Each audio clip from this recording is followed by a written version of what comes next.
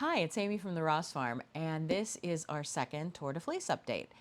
I am really excited to be spinning again this year. With my limitations, it's been a little while since I've been spinning, but I have been spinning the last several days without any trouble, and I'm really excited to show you what I got done. So, we've been working our way through the Tour de Fleece mystery box from World of Wool, which is called the Case of the Golden Fleece. And remember, the first clue that we got was called A Clue, and it was a 67% merino, 33% soybean blend. And I've been spinning on it. That was it fresh out of the can. Very shiny, lots of halo. I decided to spin it really fat and squishy, and I actually took it to my favorite place here near the house. I went to the Peninsula Coffee House, and I spun it outside on the deck, right there overlooking the river, and it was pretty darn awesome. So it turned out to be really interesting. It's supposed to be mimicking the patina of copper with a little bit of patina to it, verdigris. So it turned out really, really gorgeous. And I spun it up, and it looks like this. It has a lot of depth to it. I really love it because you can see the teal and you can see the copper, and there's some darker bits and some lighter bits, and I just decided to finish it like that. So I'm aiming for kind of a worsted weight, or even maybe a little bit thicker, because as we know, Mr. Powell has asked for multiple hats, and my favorite weight of yarn for knitting hats is, of course, worsted and bulky. Nobody wants to knit a fingering weight hat. Although I may knit a musselburgh because I haven't yet, and that's kind of in my brain. So that was clue number one. And then when we got to stage 6 on July 9th, which is Mr. Powell's birthday, it was our second clue. So our second clue, if you listen to the audio file on the World of Wool website or their Facebook, it talks about how when they went back to the box the next morning, it was still empty, but they found this blend tucked under their wiper blades of the car, which means whoever is doing this knows where the narrator is staying. And the the blend is really interesting. He mentioned that it was absolutely, here, I'll read it to you. Stage 6 is simplicity. Simplicity is a natural ecru shade which has been blended so thoroughly that it isn't possible to discern the contents from just a look. It has a light, bouncy handle and very nearly matte color, though some eagle-eyed investigators may pick out a subtle sheen. And its contents are 60% Targhee, 30% Blueface Leicester, and 10% Shetland. So it is a very, very naked, plain, nothing white wool. And he mentioned that that might be a clue as well, because it is completely, it's three sheep blended together, which kind of leads me to believe it could be Poppy the apprentice who wants to make her own blends, or it could be Oliver the dyer because he wants to put a splash of color on it. So those are the two that come to mind now with the second clue. So I've also been spinning a lot of other things. So my goal for Tour de Fleece this year, as I've mentioned, was to spin my way through the Advent box from 2025.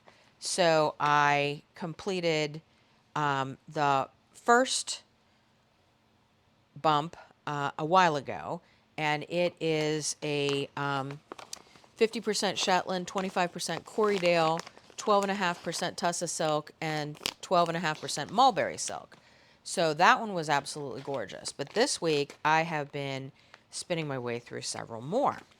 So I have finished the skeins. Well, I haven't soaked and blocked them yet, but number got them out of order. Number 2 is Hansel and Gretel, which I absolutely love.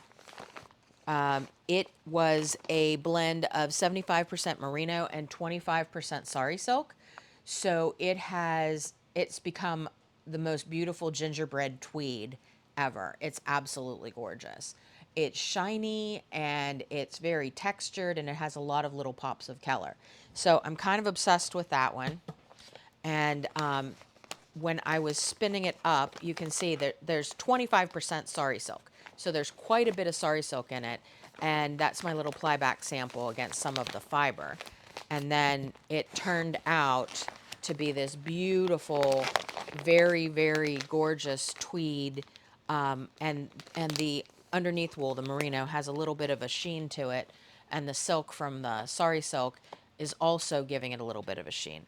And then the third package was the Scumtompty, and it's 37.5% Polworth wool, 25% milk fiber, 25% merino, 6.5% camel, and 6.25% camel and 6.25% mulberry silk. So it's very, very shiny, very, very white, and has this lovely pink thread through it. And it's supposed to mimic a soft, squidgy, Santa-shaped sweet beloved in Sweden. So you can see it turned out to be this beautiful neutral shade with just the slightest bit of pink to it. And if I put it down on the table, you can see against the white, it has a very subtle pink to it. So this I absolutely love. It will not be a hat for Mr. Powell, but I hope that it will be something lovely for me because it's absolutely gorgeous. And then I don't have them with me today because I don't have them plied yet, but I also did number 4, No Comment, which, if you remember from my Advent series, was the lovely dessert that was evocative of a candle that had a big banana in the center. And this particular fiber is 60% merino, 20% banana, and 20% pineapple, because it was like a pineapple ring with a banana in it and then a cherry on top. And it's called No Comment because, honestly, if you look up the particular dessert that it's supposed to be, yeah, it's kind of obscene. So it's that one. And then I also, yesterday, I'll talk about this in a minute, but yesterday I went down to the farm to Washington and I participated in the Whiskey Rebellion Festival. But while I was down there for number 5, I was spinning day 5, which was Gobble Gobble. And it was focused on the turkey on the table. And it's 60% Blueface Leicester, 30% Merino, and 10% Bamboo. So it's very, very shiny. That's my trusty Rusty Hansen there with the gorgeous fiber. And that one I'm spinning super, super fine. I don't know why, but that one sort of told me it needed to be super, super fine. So I think it's probably going to be a 2-ply fingering, which I guess isn't terribly fine, but I've been trying to spin worsted and bulky for the rest of the bumps, but this one said no, no, no, no, no, no, we need to go finer than that. So it took me far longer to spin than the others, but I'm really loving how it turned out. I just put it into a center pull ball because with these 50-gram samples, that is what I like to do, is spin them onto one bobbin, make a center pull ball, and then ply from both ends to make a quick and relatively easy 2-ply. So it's all balled up into the center pull ball. So tonight when I get back to the house, I will probably ply both no comment and gobble gobble, and then I'll have those ready, and I'll be ready to dive into, I'm going to peek now and see what number 6 is. Number 6 is called Blame the Dog. And if you remember, that was the Brussels sprouts themed one. So that's very, very green. And I kind of had that one in my head to pair with this Hansel and Gretel to do a striped hat for Mr. Powell.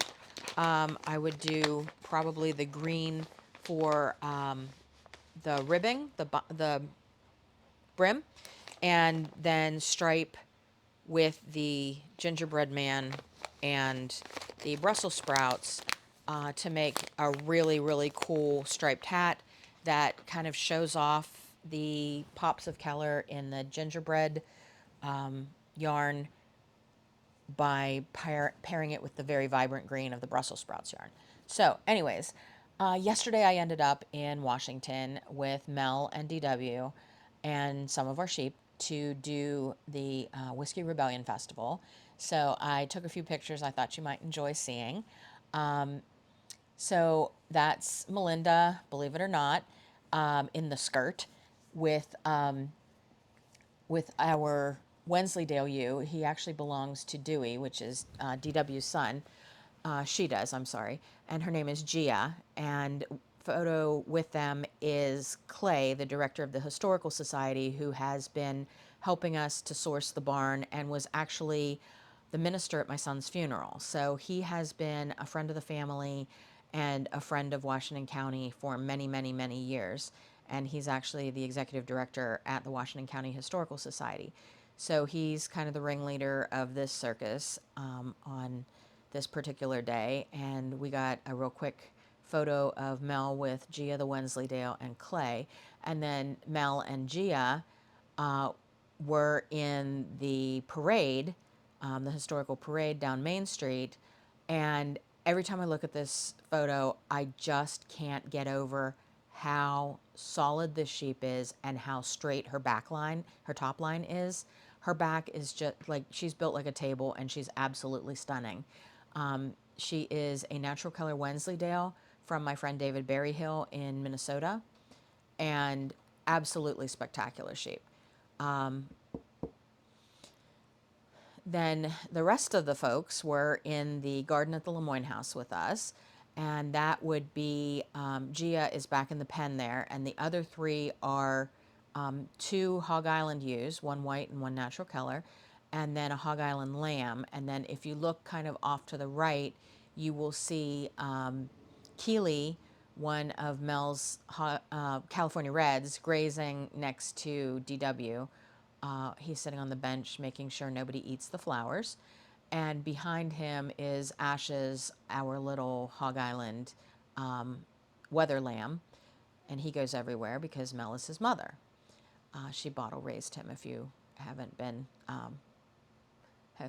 tuning in for all of that. So it was just a delightful day. The garden at the Lemoyne house has always meant a lot to us as a family. Scooter and I were in that garden very shortly after we got together. He was an artist, and they had a program there called Art in the Garden every September. And he and I started dating August 19th of 2005. And in September, then he and I went as his date to Art in the Garden. So every time I'm there, I always feel like, I'm super special to be there with this amazing artist. And he's no longer with us, but I still get that feeling when I go there. And then a year later, we were married in that garden in front of the sundial. So I decided that I would go over to the sundial and just have a moment with him.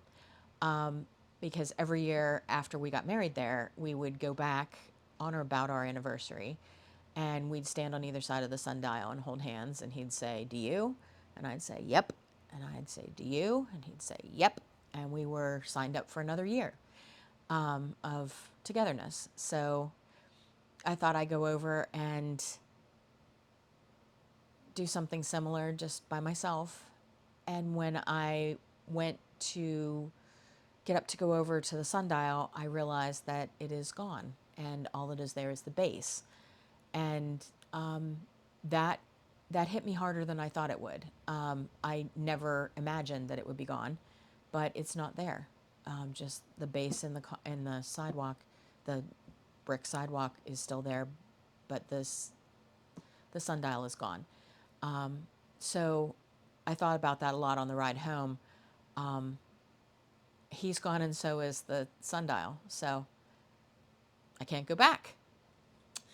It was it was a day. So we got to have Shorty's hot dogs, and I got to see some friends that I don't normally see, and I got to spend the day hanging out with the sheep. And Keely is just the sweetest girl, and she was like laying next to my feet the whole time, and then Ashes would just kind of wander through the tent where we were sitting. Keely and Ashes were both free ranging in the garden, which is fenced in, but there was so much grass there. I think it probably could have not been fenced in, and they wouldn't have noticed. Ashes did do a little bit of landscaping on a couple of the bushes that he probably was not supposed to do, but they'll grow back. And he had a wonderful day. And he's just a dear. I'm so glad that we took him in right after the barn fire, because he's just been such a joy to all of us. So huge fan of Ashes, and Keely really was growing on me yesterday too. And then we have the three little Hog Island ewes, and they're Constance, Temperance, and Gertrude.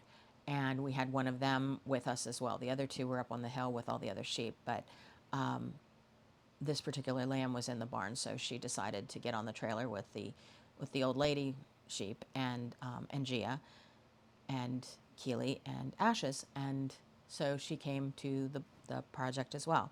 So they actually the finale. Well, the finale was, I guess, technically the Clarks playing, but the finale for the day is they have street theater where folks pretending to be farmers and a gentleman pretending to be the tax collector. The tax collector is rounded up by the farmers, and they drag him down Main Street and then make a public spectacle of tar and feathering him, which this is all historically accurate. This is what happened in our town. It was the site of the Whiskey Rebellion. David Bradford, if you want to look it up, I'll actually put a link to it in the notes. But the tax collector this year was our contractor who is going to be doing the work to move the new barn, to build the area where the barn goes. John Perry. So it was really fun to see John get tarred and feathered, and it was kind of meaningful to us because he was a very good friend of my son's, and last year my son got tar and feathered, and he had been wanting for years to be the one who got tarred and feathered, and last year was his year, and I'm really grateful that he got to do that, because we didn't know that he wasn't going to see another Whiskey Rebellion festival. So it was very meaningful to me that he got to do it last year and that JP got to do it this year. So a big shout out to the whole crew that puts on the Whiskey Rebellion Festival, because it was wonderful, and just so much love and history for our hometown, and that means a lot to me. So we have some really big things coming down the pike. We can't say anything yet, but something is happening this week that I'll be able to tell you about in the next update. And then something is happening the first or second week of August that I'll also be able to tell you in probably a couple of weeks.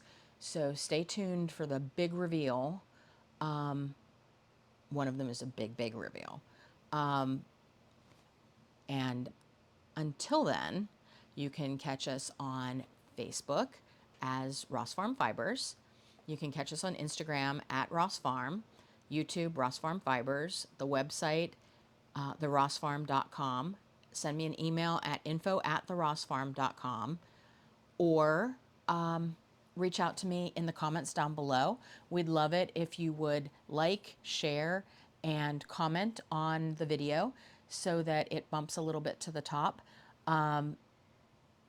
We're just so glad to be here, and we're so glad to be moving forward, and we're so glad to be doing all the things that have been so meaningful to me and Drew and our family, and now with Mel and DW and the kids. It's just keeping me going. So until the next time, we'll see you real soon.